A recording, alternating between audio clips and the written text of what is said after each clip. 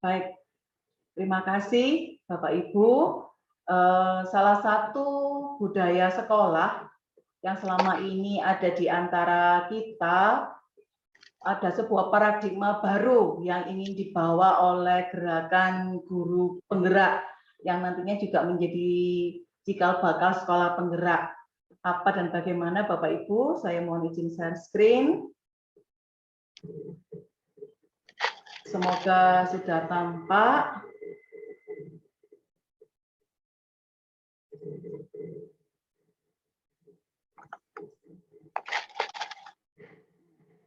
Begini Bapak Ibu, jadi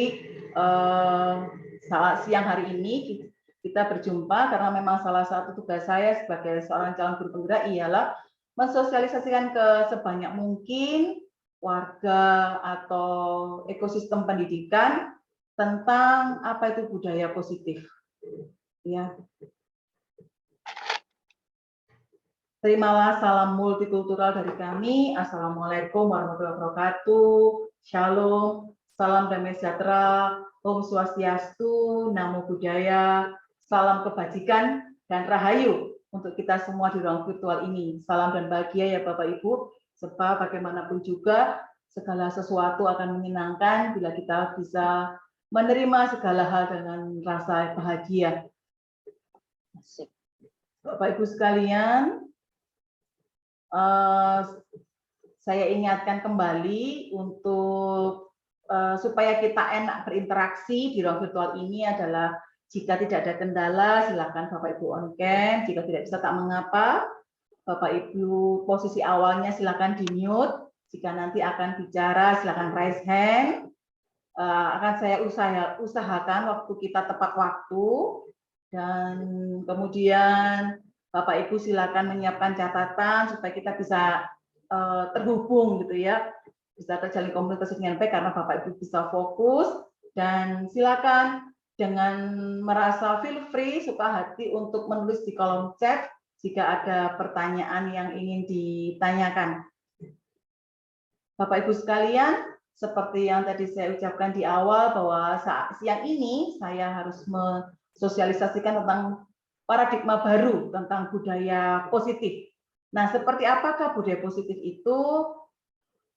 Budaya positif ini berawal dari pemikiran dari Bapak Pendidikan kita, yaitu Pak Kiai Cadewantara, di mana mengatakan bahwa seyogyanya seorang guru itu adalah sosok petani, ya, di mana para murid itu adalah tanaman yang dipelihara.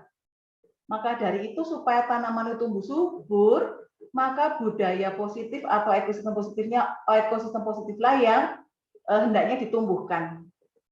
Jadi di mana kita sebagai seorang guru dapat memperbaiki kondisi tanah, memelihara tanaman padi itu, memberi pupuk dan air, membasmi ulat-ulatnya atau jamur-jamurnya yang mengganggu. Jadi kita ini sebagai petani, sebagaimana petani merawat tanaman, bagaimana kita juga sebagai seorang guru merawat anak didik kita. Begitu Bapak Ibu. Awalnya dari sini, dan dari paradigma Bapak Kiai Cadewantara itu, ternyata sudah dipecah-pecah oleh tim pengembang program pendidikan guru penggerak ini menjadi 6 hal. Dan yang siang ini saya ingin coba perkenalkan dan eksplorasi, dan jika Bapak Ibu ingin bertanya, langsung aja di kolom chat ya, jadi tidak perlu menunggu saya selesai, silakan langsung ditulis di kolom chat. Bahwa di mana sekarang budaya positif itu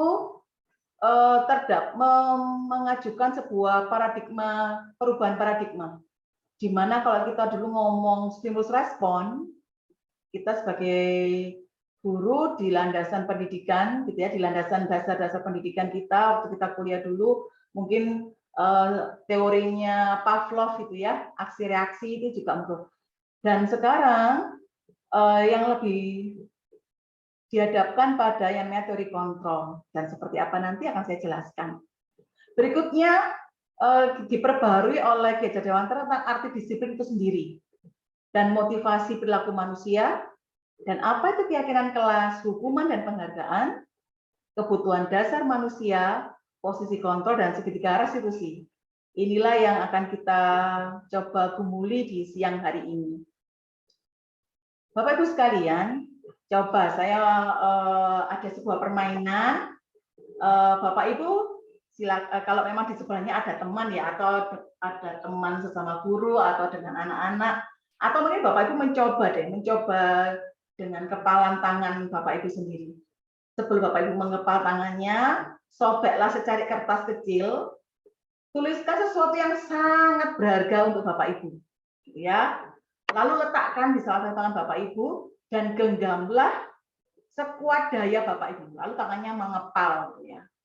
Nah, jika di sampingnya Bapak Ibu itu ada teman, maka yang silakan diminta untuk mencoba sekuat tenaga membuka kepalanya tangan Bapak Ibu dengan berbagai cara. Kira-kira apa yang terjadi? Atau mari kita mencoba, jika memang tidak ada di sebelah, tidak ada teman, coba kita berimajinasi. Jika tangan Bapak Ibu mengepal dan ada orang lain yang ingin membukanya, nah itu apa yang terjadi? Silakan Bapak Ibu, saya tunggu di kolom chat. Kira-kira tangan Bapak Ibu itu akan membuka ketika apa? Atau memang tidak akan pernah membuka? Kalau tidak pernah akan membuka, maka alasannya apa Bapak Ibu? Silakan berkomentar di kolom chat. Oke. Apa yang jika Bapak Ibu tidak ada punya teman kan, silakan berimajinasi ya. Kalau kepalan tangan Bapak Ibu tidak Bapak Ibu buka sama sekali, nah itu kenapa? Tapi kalau akhirnya memang akan dibuka, nah kok kenapa? Alasannya apa? Kenapa Bapak Ibu berkenan untuk membukanya? Kira-kira Bapak Ibu ada yang berkenan share? Baik, Bapak Ibu sekalian, sebetulnya kalau kita mau jujur ya, ketika kita bermain fantasi sendiri ya, mencoba membayangkan, kuat apapun, oh ada yang masuk di kolom chat. Oh terima kasih Bu Yanti. Terbuka kalau sudah menyakiti diri sendiri atau orang lain. Jadi kalau ada pilihan itu ya. Terima kasih Pak Heri, silakan jika ingin bergabung, saya senang sekali jika ada tambahan teman yang ingin belajar bareng. Bu Yanti bilang, tangan itu akan terbuka kalau sudah menyakiti diri sendiri atau orang lain. Gitu ya. Terima kasih.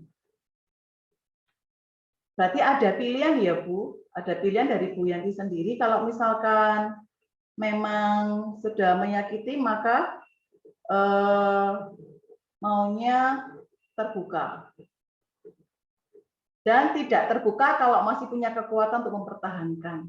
Ya, terima kasih Bu. Baik, Bapak Ibu, saya lanjutkan.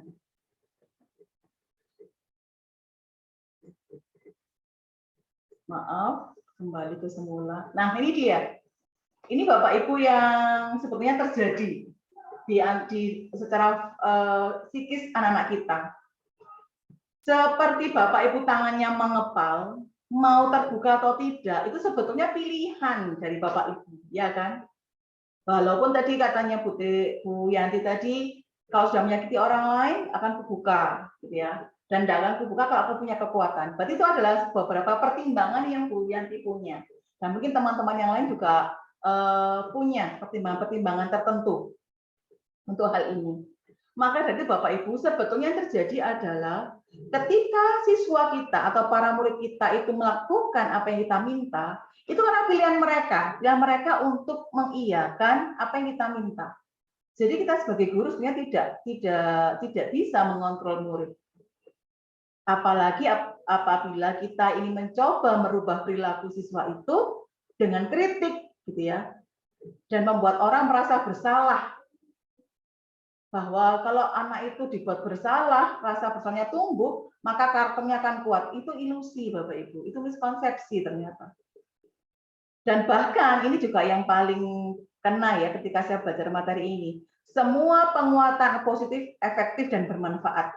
Ternyata tidak, Bapak Ibu. Bahkan terkadang sebuah apresiasi yang tidak tepat dalam artian tidak tepat atau juga entah bentuk, entah waktunya, entah durasinya, itu jika dilakukan itu ternyata bisa menjadi penjara. Dan bahwa jika ada pendapat kita orang dewasa itu memilih hak untuk memaksa anak-anak, itu juga sebuah ilusi. Nah, inilah Bapak Ibu yang dimaksud oleh Gajah Dewantara, bahwa sekarang ini yang ada adalah kita harus mampu melihat sebuah kenyataan realita. Ada banyak miskonsepsi yang terjadi. Saya lanjutkan Bapak Ibu. Ini lebih dijelaskan tentang paradigma stimulus respon dan teori kontrol, di mana apakah kita bisa mengontrol seseorang. Dari teori stimulus respon mengatakan, kita mencoba mengubah orang agar berpandangan sama dengan kita. Kalau teori kontrol, kita hanya biasanya berusaha, gitu ya. Kalau stimulus respon itu mencoba mengubah, kita berusaha. Stimulus respon mengatakan bahwa perilaku buruk dilihat sebagai sebuah kesalahan. Kalau teori kontrol mengatakan entah perilaku buruk, entah perilaku baik, semuanya punya tujuan. Kemudian ada dikatakan bahwa orang lain bisa mengontrol saya. Teori kontrol mengatakan bahwa kita pribadi yang mampu mengontrol diri kita sendiri. Stimulus respon kita bisa mengontrol orang lain. Teori kontrol mengatakan kita tidak bisa mengontrol, gitu ya. Kemudian stimulus respon pemaksaan ada pada saat ujian gagal. Teori kontrol lebih pada mengutamakan konsensus, menciptakan pilihan-pilihan baru. Metode berpikir stimulus respon ialah menang atau kalah, sedangkan teori kontrol winning solution. Kayak gitu Bapak Ibu. Nah, Bapak Ibu, perubahan paradigma itulah yang harus menguasai paradigma kita yang saat ini ketika di situasi pendidikan, apalagi kalau kita pertemuan secara langsung ya saat ini. Nah, saya lanjut dulu pada teori yang kedua. Saya coba ingin tahu Bapak Ibu, jika saya tanya kepada Bapak Ibu, apakah makna disiplin? Kira-kira jawaban Bapak Ibu apa ya? Silakan tuju kolom chat Bapak Ibu. Makna disiplin itu untuk Bapak Ibu kira-kira apa? Atau jika Bapak Ibu mau on mic juga boleh. Silakan.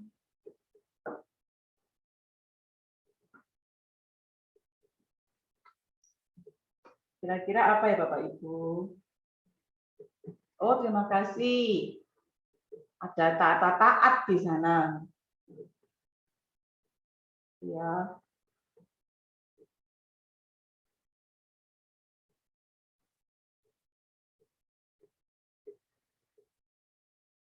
Baik, terima kasih.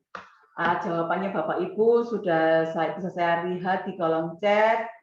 Taat tanpa syarat, konsisten, dan taat pada yang berlaku, tepat waktu, kesadaran diri, tanggung jawab. Nah, Bapak Ibu, menurut paradigma saat ini yang dibawa oleh Bapak Gajah Dewantara itu ternyata Bapak Ibu ingin mengembalikan kita pada hakikatnya. Bapak Ibu, maaf saya keterlaluan. Berdasarkan makna disiplin, kalau kita kembali ke asal katanya, bahasa Latin yaitu disciplina, artinya ternyata belajar, Bapak Ibu. Saya juga kaget, Bu, belajar. Jadi, memang agak berbeda dengan dari Plato dan Socrates ya. Jadi yang diambil saat ini untuk paradigma guru, program penggerak ini adalah belajar. Jadi kita mencoba membentuk siswa yang disiplin, artinya membentuk atau mencoba menggerakkan siswa untuk menjadi orang yang menggali potensinya menuju sebuah tujuan atau apa yang dia hargai. Ya, dan memang Bapak pendidikan kita menyadari bahwa makna itu telah berubah menjadi sesuatu yang dilakukan seseorang pada orang lain untuk mendapatkan kepatuhan. Kecenderungan umum adalah menghubungkan kata disiplin dengan ketidaknyamanan, bukan dengan apa yang kita hargai atau pencapaian sebuah tujuan mulia. Jadi artinya Bapak Ibu, ketika anak-anak itu terlambat, gitu ya, berarti kamu tidak disiplin, begitu yang kita omongkan ya. Padahal disiplin itu artinya adalah menggali potensi si anak untuk mau belajar. Maka kita harus ngomongnya seperti apa? Nanti di belakang Bapak Ibu ada tips dan tipsnya. Jadi Bapak Ibu, jadi adanya perubahan kata disiplin bukan lagi ketidaknyamanan, tetapi lebih pada kita fokuskan tujuan yang mulia, pencapaian tujuan yang mulia. Nah, Bapak Ibu, kita sampai pada teori berikutnya, yaitu teori tentang motivasi perilaku manusia. Saya yakin sebagai seorang pendidik, Bapak Ibu memiliki pemahaman yang sama, yaitu bahwa teori perilaku manusia itu, teori motivasi ada dua macam, eksternal dan internal. Biasanya kalau kita dalam melakukan sesuatu, jika alasannya untuk menghindari ketidaknyamanan, atau kita bisa berpikir apa yang akan terjadi bila saya tidak melakukannya ya, nah itu eksternal. Atau jika untuk mendapatkan imbalan dari institusi, kalau aku belajar, anak-anak kamu kenapa belajar? Supaya dapat nilai bagus. Nah itu kembali eksternal, gitu ya. Tetapi yang diharapkan adalah kita mampu menemukan motivasi internal, di mana yang muncul ialah saya akan menjadi orang seperti apa ya bila saya melakukannya. Aku akan menjadi sosok seperti apa ya kalau aku mau belajar bahasa Inggris hari ini. Oh, mungkin aku akan menjadi sosok yang menguasai bahasa Inggris karena nanti aku mau kuliah di luar negeri. Mungkin begitu.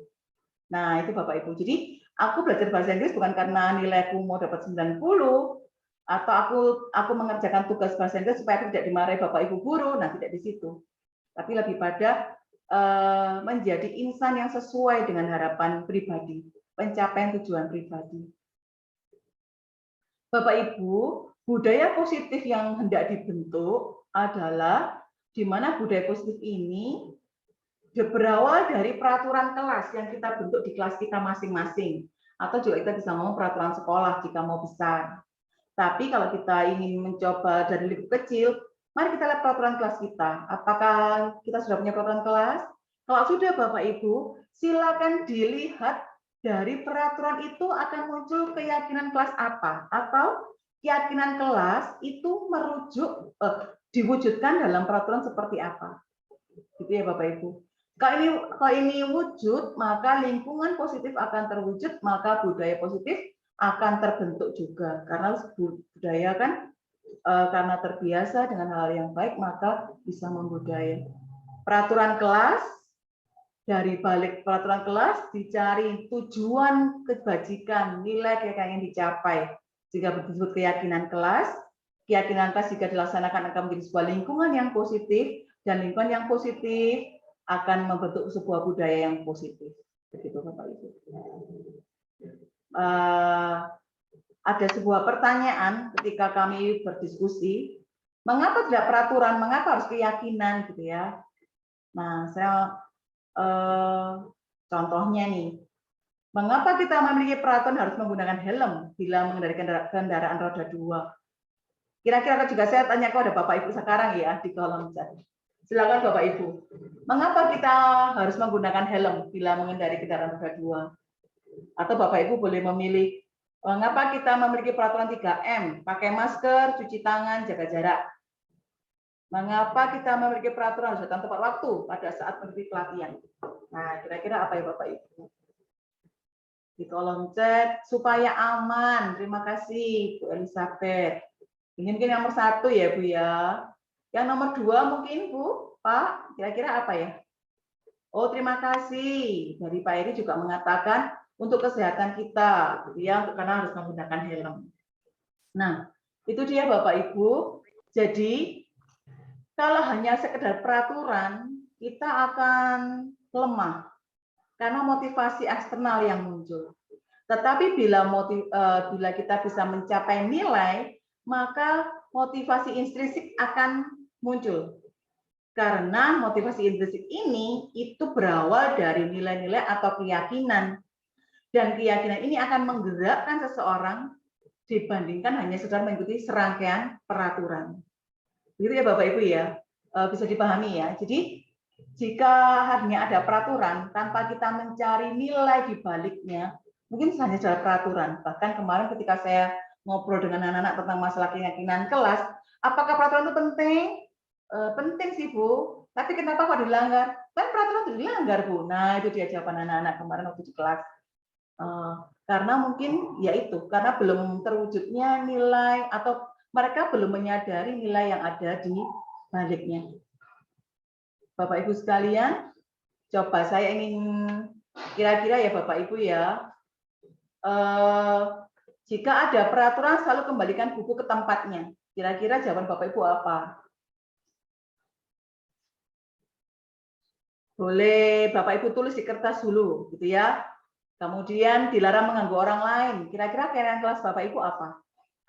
Hadir di sekolah 15 menit sebelum pembelajaran dimulai. Kira-kira apa? Dilarang melakukan kekerasan. Itu kira-kira apa? Dilarang menggunakan narkoba. Kira-kira apa? Bergantian atau menunggu giliran atau antri. Kira-kira itu keyakinan kelasnya apa? Atau nilai kebajikannya itu apa yang dituju? Gunakan masker. Dan jangan berlari di kelas atau di koridor. Nah, kira-kira jawaban Bapak Ibu apa nih? Tulis ya. Hitungan 10, Bapak Ibu. Seperti yang wajar di kelas ya. Tapi saya off mic dulu, supaya Bapak Ibu enak untuk menjawabnya di kertas.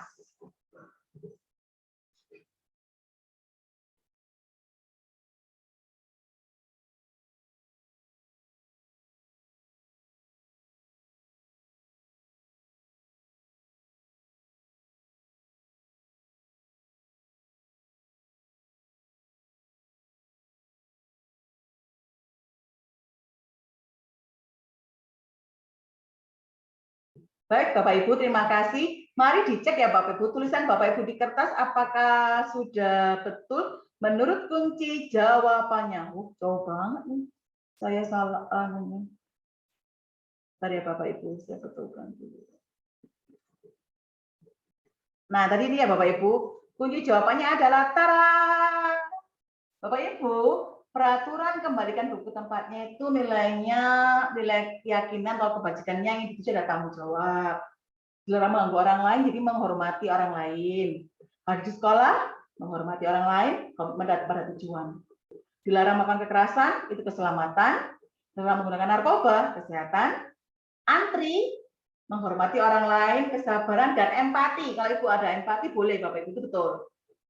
Itu saya nulisnya kurang tuh. Gunakan masker, kesehatan dan keselamatan. Jangan berlari di kelas atau di koridor, keselamatan dan keamanan. Jadi ada peraturan di baliknya, ada keyakinan, ada suatu tujuan yang ingin ditempuh. Nah, Bapak Ibu, peraturan itu kan cukup banyak. Nah, sebuah keyakinan tidak perlu. Maka kita bisa mengajak anak-anak kita untuk mencoba mencari dan kemudian merincikan. Sebab dari situ anak-anak akan memahami apa yang dimaksud. Bapak Ibu, ini ada contoh keyakinan di kelas 7. Keyakinan kelas 7 hanya 3, hormat, bekerja, diterima, dan dimiliki. Nah, kata hormat itu terdengar seperti apa? Terlihat seperti apa? Berperilaku seperti apa? Ini yang harus dirincikan. Boleh pakai tabel Y atau tabel T. Hormat, tampak seperti, tidak tampak seperti. Begitu. Bekerja, terdengar seperti apa, terlihat seperti apa, berperilaku seperti apa.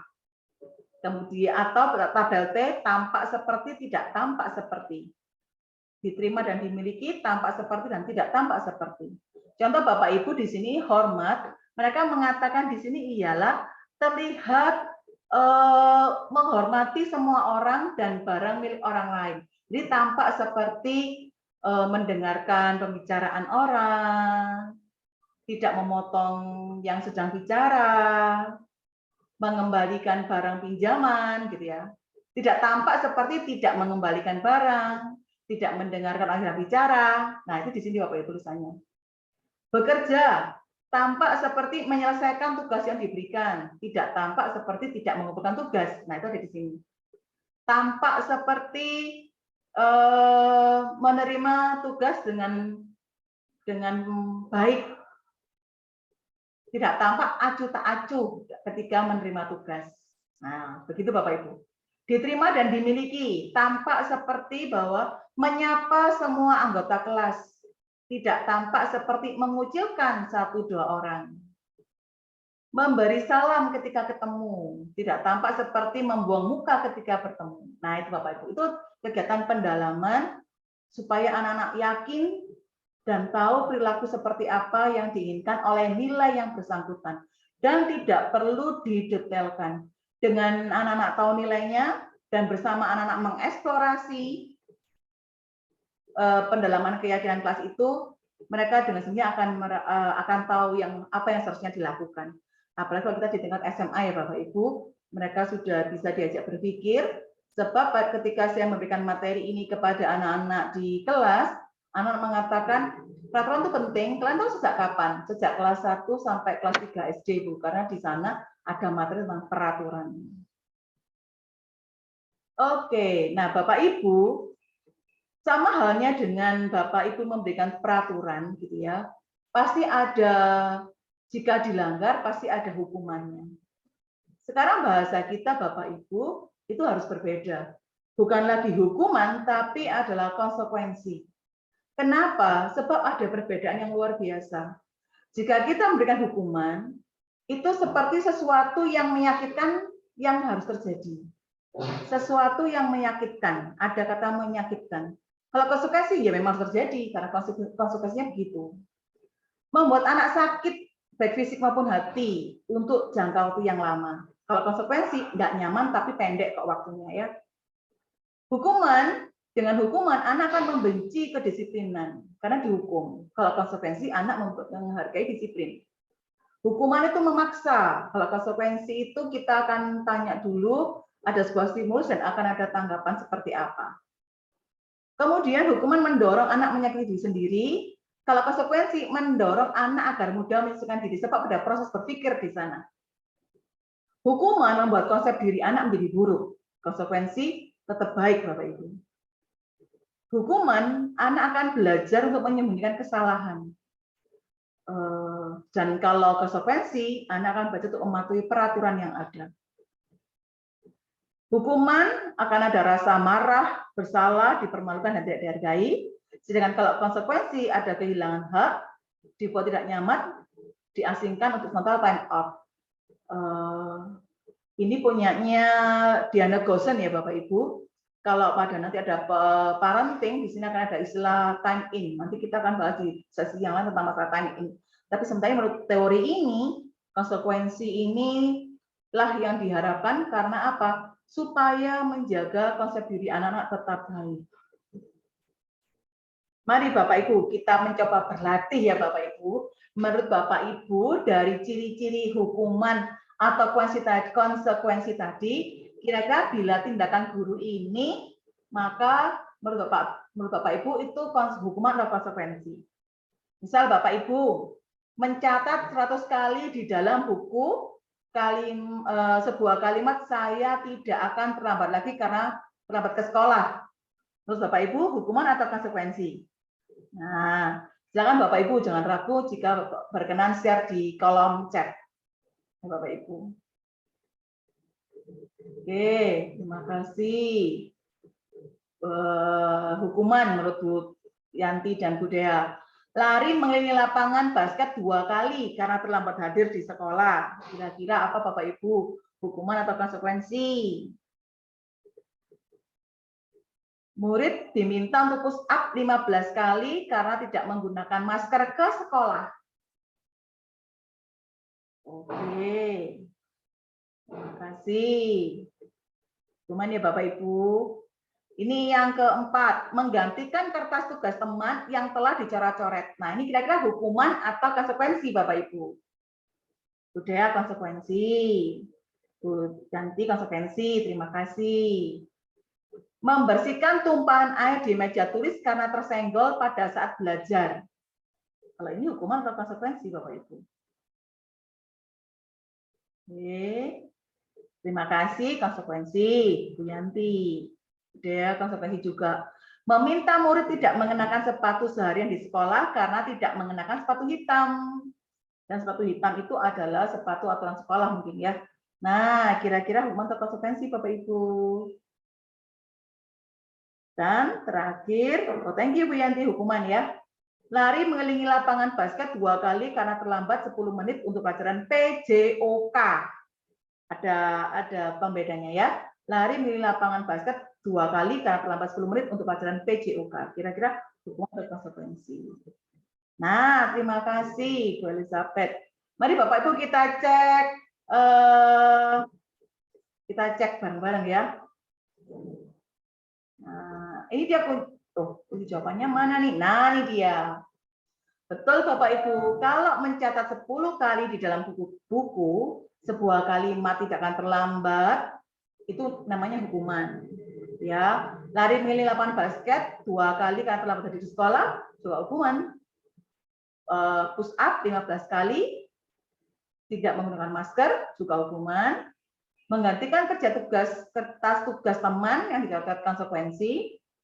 Membersihkan tumpahan air di meja tulis karena tersenggol juga konsekuensi. Disuruh untuk mengenakan sepatu seharian di sekolah karena tidak mengenakan sepatu hitam, itu hukuman. Yang nomor 10, lari menilai lapangan basket 2 kali karena terlambat 10 menit untuk pelajaran PJOK, itu konsekuensi Bapak Ibu. Kenapa kok konsekuensi? Kan pelajaran PJOK, kalau dia terlambatnya 10 menit kan mungkin pada waktu itu pemanasan, dan kira-kira kalau pemanasan kan lari kan ya. Jadi tetap ini sebuah konsekuensi, bukan sebuah hukuman. Baik, Bu Yanti bilang tidak memakai masker itu mana-mana hukuman karena yang nggak tepat. Betul, nggak merubah perilaku. Betul Bu, hukuman. Betul. Baik, terima kasih. Kita lanjutkan Bapak Ibu. Nah, sampai setelah Bapak Ibu tadi kita sudah bicara tentang masalah hukuman dan konsekuensi, sampailah kita kepada teori kebutuhan dasar manusia. Nah, Bapak Ibu, banyak teori di luar sana tentang kebutuhan dasar manusia. Namun untuk siang hari ini kita kiblatnya pada punyanya William Glasser, ya, bukan punyanya Maslow, tapi punyanya Glasser, bahwa setiap manusia itu butuh cinta kasih atau diterima, butuh penguasaan, kesenangan, dan kebebasan dan survival. Survival itu pada kebutuhan untuk hidup, makan, minum gitu ya. Cinta kasih, penerimaan, penguasaan, materi, kesenangan, dan kebebasan. Bapak Ibu sekalian, mari kita latihan bareng-bareng ya Bapak Ibu. Kita mencoba mengenali apa sih yang dialami oleh siswa ketika dia bilang begini. Ibu guru bilang, aku tidak boleh bersenandung sewaktu mengerjakan tugas. Katanya kelas harus tenang, tidak ada suara. Padahal kan aku suka dan senang menyanyi. Kira-kira anak ini itu pengen memenuhi kebutuhannya yang apa, Bapak Ibu kira-kira? Silakan. Ibu guru bilang, aku tidak boleh bersenandung sewaktu mengerjakan tugas. Ada ide Bapak Ibu? Ya, ini adalah dia ingin memenuhi kebutuhan dia akan kesukaan karena dia suka senang dan menyanyi gitu ya.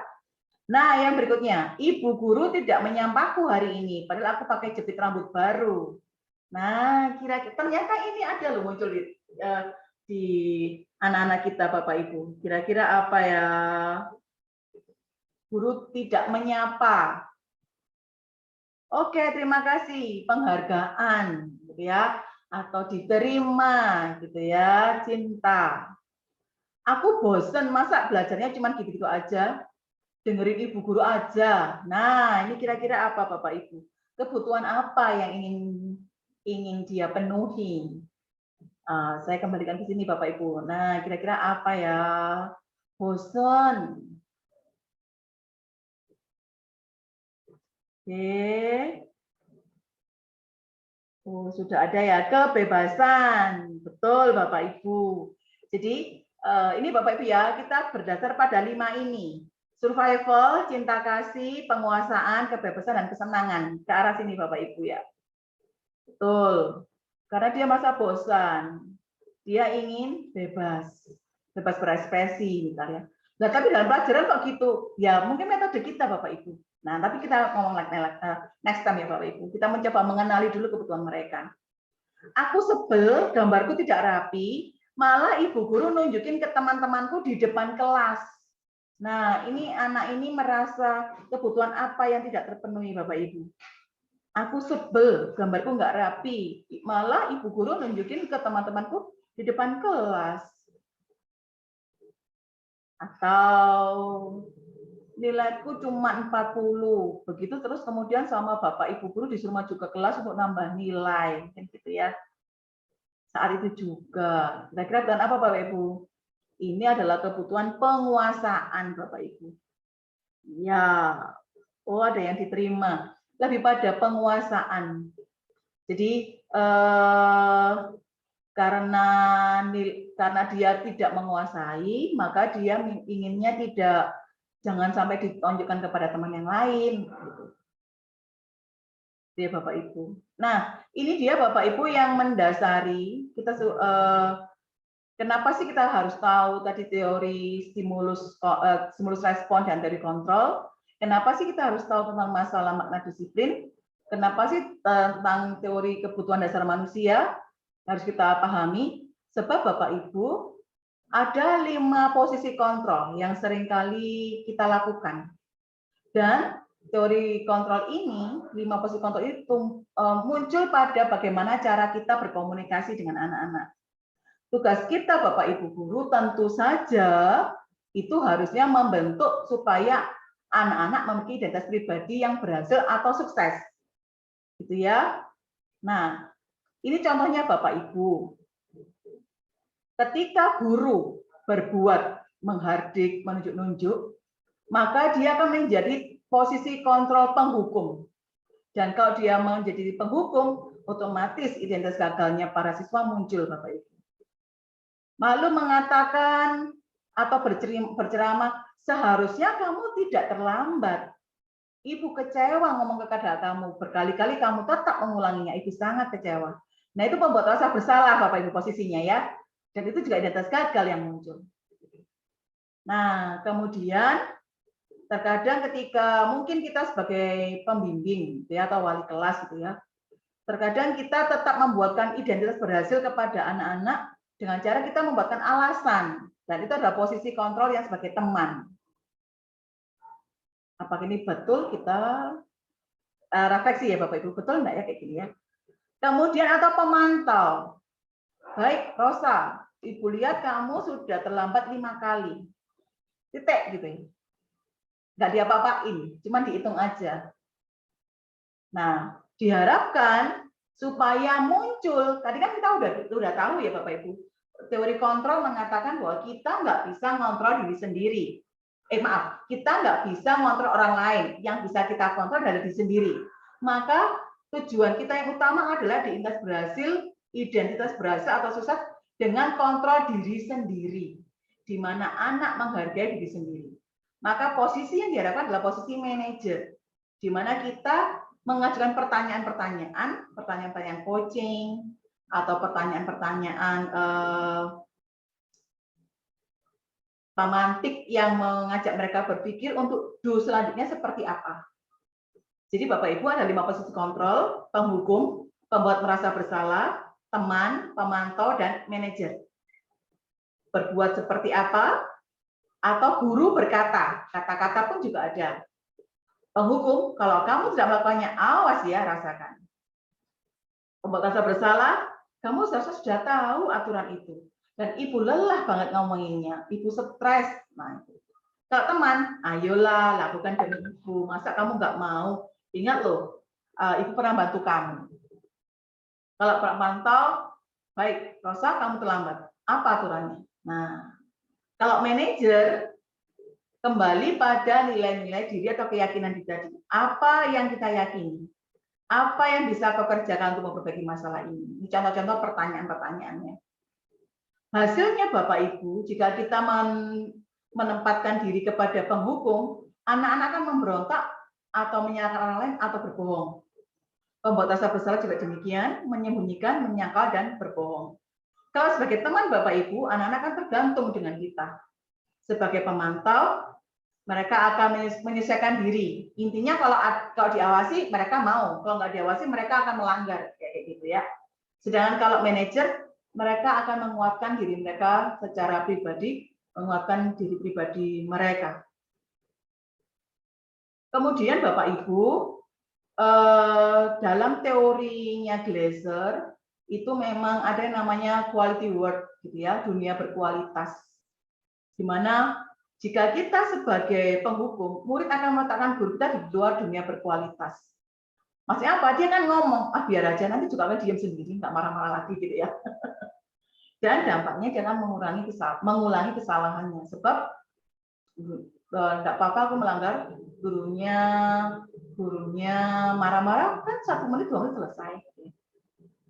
Kalau pembuat rasa bersalah, murid akan meletakkan guru di dalam dunia berbatas dia. Jadi dunia berbatas adalah dunia di mana dia akan mempengaruhi bagaimana dia mengambil keputusan, Bapak Ibu. Murid akan berkata, iya Bu, iya Pak, maaf ya Pak. Dan kalau itu terus-menerus tanpa kita beri sebuah motivasi, maka dia akan merasa rendah diri, Bapak Ibu. Kalau teman, murid akan meletakkan guru sebagai orang yang sangat penting di dunia dia. Aku kalau nggak tanya kepada Bapak A, aku nggak percaya diri. Aku kalau nggak tanya pada guru B, aku nggak pede, gitu ya. Dia akan lemah, tidak mudah tergantung, gitu ya. Sebagai pemantau, murid meletakkan guru, peraturan dan hukuman itu di dunia dia. Dan kemudian dia akan menitikberatkan pada sanksi atau hadiah yang dia terima. Seberapa banyak bintang sih yang harus saya peroleh untuk mencapai hal itu, dan berapa halaman untuk menebus kesalahan saya. Sedangkan Bapak Ibu yang kita harapkan adalah ini, meletakkan dirinya sebagai individu yang positif dan dalam dunia berkualitas. Baiklah, aku memang salah. Lalu apa yang bisa aku lakukan secara mandiri ya Bapak Ibu ya? Lalu bagaimana aku akan memperbaiki diriku, kelemahanku di mana, tadi kesempatanku yang ku tinggalkan ada di mana, dan next step aku harus apa? Itu akan muncul Bapak Ibu. Inilah yang diharapkan muncul dari para siswa-siswi kita, di mana dia mampu menghargai dirinya sendiri. Baik Bapak Ibu, saya lanjutkan. Nah, ini dia Bapak Ibu. Ketika sudah ada peraturan, ketika sudah ada nilai yang mau dituju, ketika kelas sudah sepakat, tetapi ada pelanggaran, bagaimana? Apakah kita biarkan? Tidak Bapak Ibu. Ada sebuah tindakan yang kita sebut dengan restitusi. Di mana restitusi ini adalah proses menciptakan kondisi bagi murid untuk memperbaiki kesalahan bagi mereka. Ya, sehingga mereka bisa kembali ke kelompok dengan karakter yang lebih kuat. Jadi restitusi ini adalah membantu siswa untuk menyadari apa yang telah terjadi, memperbaiki kesalahan mereka, dan mereka bisa tetap berharga untuk kembali kepada kelompok. Segitiga restitusi ini adalah tahapannya Bapak Ibu. Dan tidak harus urut. Silakan disesuaikan dengan ketika Bapak Ibu berkomunikasi dengan siswa apa yang terjadi. Contohnya begini. Jadi segitiga restitusi ini berawal dari misal saya ambil validasi tindakan yang salah. Kata-kata yang bisa saya gunakan adalah kamu tentu punya alasan mengapa kamu terlambat. Gitu ya Bapak Ibu ya. Dan kemudian kita tanyakan keyakinan, kita tanyakan kepada mereka. Nilai-nilai apa sih kita sepakati tentang waktu, tentang terlambat, nilai keyakinan kelas kita apa? Dan mari kita menstabilkan identitas mereka dengan mengatakan bahwa ya kamu bukan satu-satunya yang pernah melakukan hal ini kok. Kamu bukan satu-satunya orang yang pernah terlambat, gitu ya. Mari kita kembalikan lagi. Kira-kira adakah cara yang lebih efektif untuk mendapatkan apa yang kamu butuhkan supaya ini semua bisa pas, gitu ya? Kira-kira adakah cara?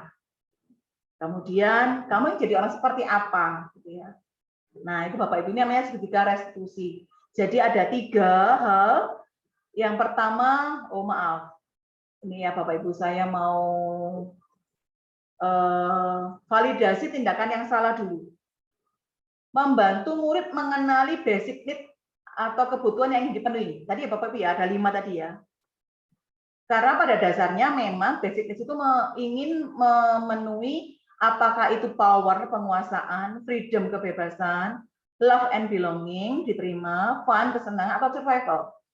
Kata-kata pilihan yang bisa dipakai adalah, kamu bisa saja melakukan hal lebih buruk, tapi kamu nggak melakukannya, kan? Kamu pasti punya alasan mengapa melakukannya. Apa yang penting bagi kamu? Kamu boleh tetap berusaha menjaga sikap itu, tapi tambahkan sikap lain yang baru. Ya. Maukah kamu belajar cara lain untuk mendapatkan apa yang kamu butuhkan tanpa harus memukul? Apa yang kamu bisa lakukan dengan lebih baik untuk esok hari? Ini validasi tindakan yang salah. Kemudian Bapak Ibu, kita setelah dia tahu apa basic needs yang dia ingin penuhi, kita kembalikan kepada keyakinan. Murid akan melihat kesalahannya jika dihubungkan dengan nilai-nilai kebajikan yang diyakininya, di mana nilai-nilai itu mendasari manusia berinteraksi dengan orang lain.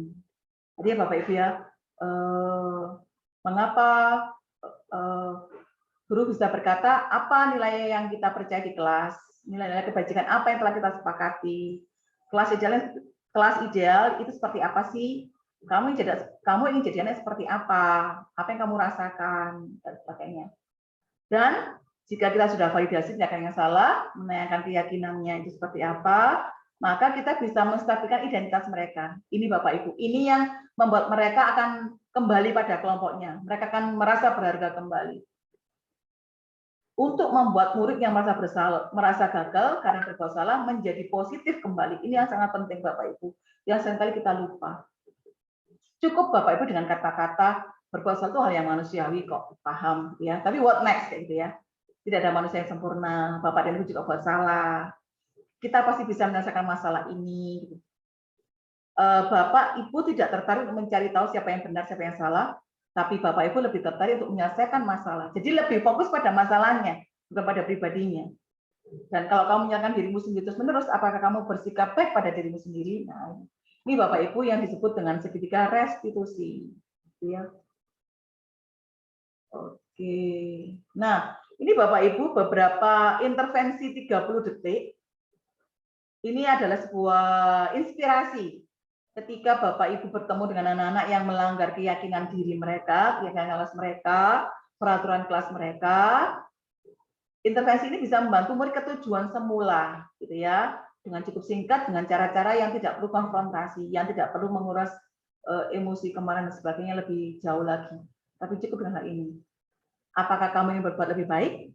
Apakah saat ini kamu sedang menjadi orang yang sedang kamu inginkan?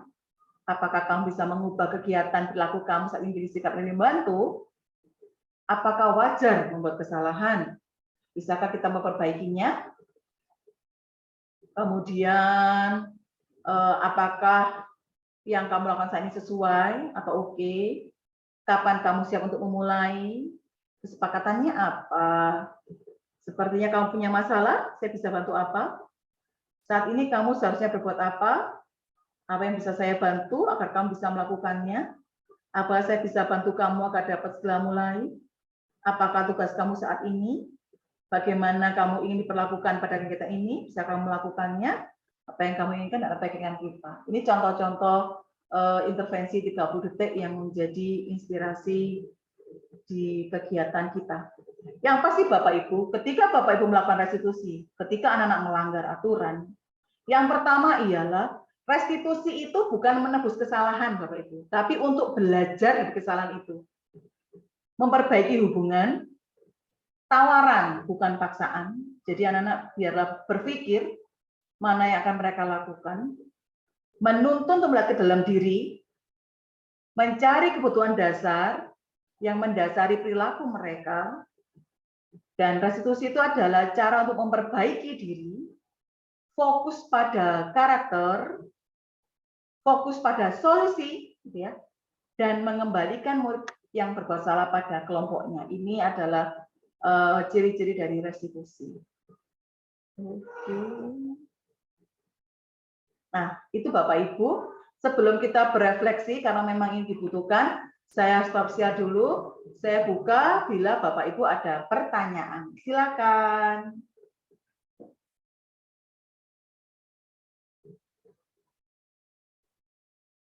Baik, Bapak Ibu.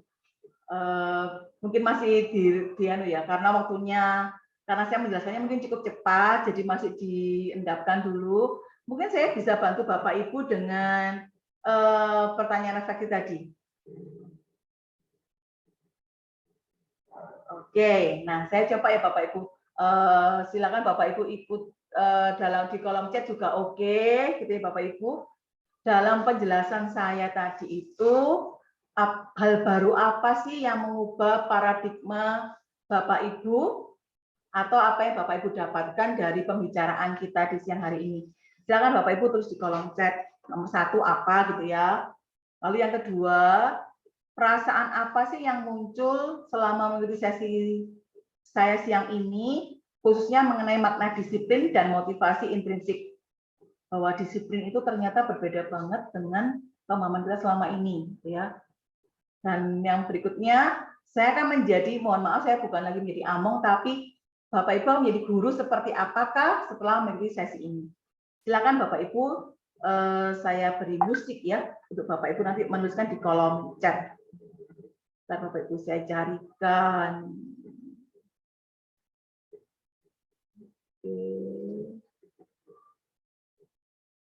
Saya carikan musiknya ya Bapak Ibu ya, sebentar. Oh, mungkin saya harus stop share dulu. Lalu, sebentar. Ini dia. Oke. Audio.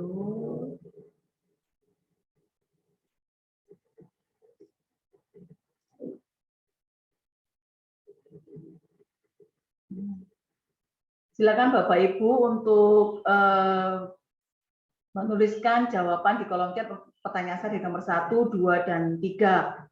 Atau jika Bapak Ibu ingin on mic boleh loh Bapak Ibu. Saya beri waktu 1 menit lagi ya Bapak Ibu. Ini berapa menit ya? Ini harusnya 3 menit ya. Mungkin nggak sampai. Ini 2 menit lagi Bapak Ibu. Silakan.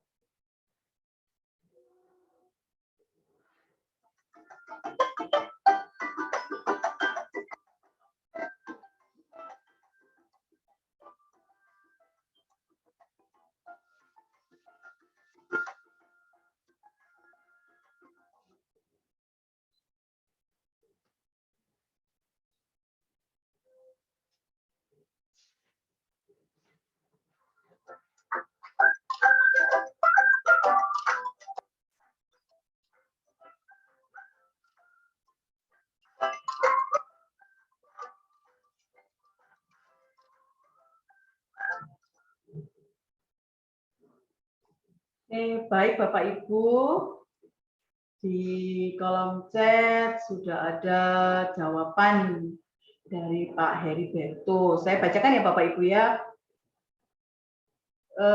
Para yang Bapak Heri dapatkan adalah kesadaran diri untuk menjadi lebih baik. Kesadaran diri untuk menjadi lebih baik membutuhkan pemahaman yang benar tentang kesadaran sosial. Dan yang beliau dapatkan adalah perubahan diri tidak cukup dengan membaca, melainkan dengan melakukannya berulang-ulang. Terima kasih Pak Eri. Pak Eri mau jadi guru seperti apa ya Pak? Setelah mendapatkan materi tentang nilai, restitusi, hukuman, konsekuensi, kira-kira apa? Terima kasih Pak Eri atas responnya.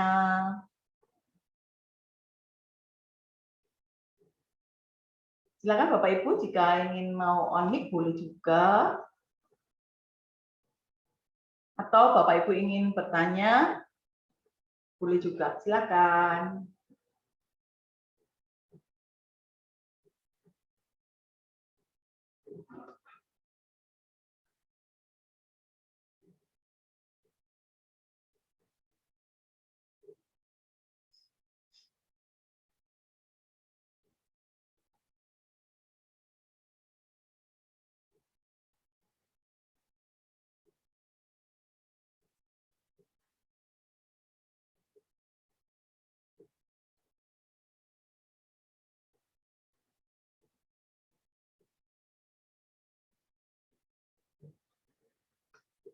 Oh, ada pertanyaan dari Pak Yohanes. Bila mana lingkungan tidak mendukung gitu ya. Ini lingkungan seperti apa ya Pak maksudnya ya Pak? Di sekolah kah gitu ya? Tidak mendukung perubahan budaya positif kah maksudnya Pak? Saya nanti Bapak perjelas ya Pak ya. Lingkungan di sini artinya apa? Sementara begini Pak. Lingkungan itu mau sebesar apa atau seluas apa? Kalau kita dengan pemahaman siang ini saja, Bapak ingin membuat sebuah perubahan satu sekolah, saya kira tidak mungkin, Pak. Karena kita butuh waktu, kita butuh untuk mendalami sendiri, gitu ya. Maka lingkungan yang bisa kita raih dengan tangan kecil kita ini, Pak, mungkin lingkungan kelas kita saja. Di mana kita yang menjadi guru di kelas itu, maka kita bisa berbuat apa di kelas itu. Teman-teman sekitar jika kita sudah melakukannya di kelas, kita punya pengalaman, maka mungkin kira-kira teman mana ya yang bisa diajak untuk melakukan hal yang sama. Jadi di kelas kita ajak mereka nggak lagi ngomong tentang, yuk kita buat peraturan kelas, bukan. Tapi yuk kita buat nilai keyakinan kelas kita. Kita lihat juga konsekuensinya apa. Kita berlatih restitusi dengan mereka. Kalau ada yang melanggar, kita nggak cuma tanya langsung, baik, kamu sudah berapa kali salah, enggak. Tapi mau restitusi, dengan begitu anak sudah klik, oh ini yang dimaksud, restitusi itu seperti ini. Nah, pembiasaan seperti itu juga butuh waktu, Bapak. Jadi jangan khawatir Bapak dan juga Bapak Ibu, jika misalkan kita tidak yakin lingkungan sekolah, mari kita buat lingkungan kelas kita. Kalau ternyata di kelas itu juga membuat kita ragu karena kita belum dengan anak-anak, dengan keluarga kita. Jadi Bapak Ibu, jadi dengan anak, istri, suami, kita mencoba kesepakatan keyakinan apa yang di kelas. Sebuah inspirasi Bapak Ibu ketika saya membawakan materi di kelas. Anak-anak, mengapa peraturan itu penting tapi kok dilanggar? Ya karena itu Bu, kata kok dilanggar. Baik, coba sih Bu Rosa mau tanya, kira-kira ya peraturan waktu SMP, karena kalau di SMP lebih enak ya, karena kalian kan offline daripada online begini. Ketika offline, peraturan apa yang menarik bagimu? Jawaban mereka adalah pakai sepatu hitam, Bu. Oh, oke. Lalu kenapa? Apa yang itu menarik? Kan itu hak kita ya kan. Nah, yuk siapa di kelas yang peraturan SMP-nya sama seperti temannya tadi, memakai sepatu hitam. Kira-kira kenapa ya? Nah, ternyata ketika mereka resen jawabannya lucu-lucu Bapak Ibu. Tapi juga ada yang menyentuh. Jawabannya mereka ialah supaya warna itu kan warnanya netral Bu, jadi cocok dengan semua warna seragam, katanya gitu. Dengan semua aksesoris masuk Bu. Kemudian ya supaya sama, supaya rapi, sama dan rapi. Tapi ada seorang anak yang mengatakan supaya tidak mencolok Bu. Mencolok maksudnya gimana? Ya supaya teman nggak minder. Maksudnya gimana? Karena Bu, kalau mencolok warna-warni bermerek-merek, nanti teman saya nggak punya uang, kasihan Bu dia. Nah, anak ini tahu banget apa yang diminta oleh peraturan ini, nilai di balik peraturan itu apa. Dan akhirnya teman-teman bisa mengerti tentang nilai di balik peraturan. Nah, kayak gitu Bapak Ibu. Itu butuh waktu Bapak Ibu untuk membuat itu saja. Saya sekarang juga masih dalam proses bersama dengan anak-anak untuk memahami tentang keyakinan kelas dan juga tentang nantinya kita akan masuk pada restitusi. Oke, Bapak Ibu, terima kasih atas pertanyaannya dan responnya. Jadi Pak Heri sudah menambahkan menjadi guru yang sekaligus teman dan sahabat, tumbuh dan kembang. Semoga nanti Pak Heri, Pak Heri nambah menjadi level manager ya Pak Heri, karena 5 posisi kontrol tadi itu harapannya kita ada di posisi manajer. Nah, seperti apa nanti kita bisa ngobrol di luar Zoom ini. Baik, Bapak Ibu sekalian, terima kasih atas kebersamaannya di siang hari ini. Semoga bermanfaat. Memang hanya sebagian kecil dan mungkin Bapak Ibu belum jelas, maka dari itu saya siap diskusi di luar Zoom. Begitu Bapak Ibu. Terima kasih Bu Elizabeth, Bu Dea, Foto. Pak Bismo. Foto. Baik, Pak Andre, Pak Heri, Bu Aning, Pak Yohanes, Bu Elina, Bu Kalisa, ya, Pak Yohan, terima kasih. Baik, saya foto ya. Pak Bismo sudah siap? Sama-sama, Bu Elizabeth. Baik. Si, aku nggak laptop. Bu Yantinya hilang kemana ya tadi ya? Beliau banyak menjawab banyak, tapi memang ada kegiatan. Baik, mari kita berfoto. 1, 2, 3. Terima kasih Bapak Ibu. Selamat melanjutkan aktivitasnya. Saya meeting all. Terima kasih. Terima kasih. Terima kasih.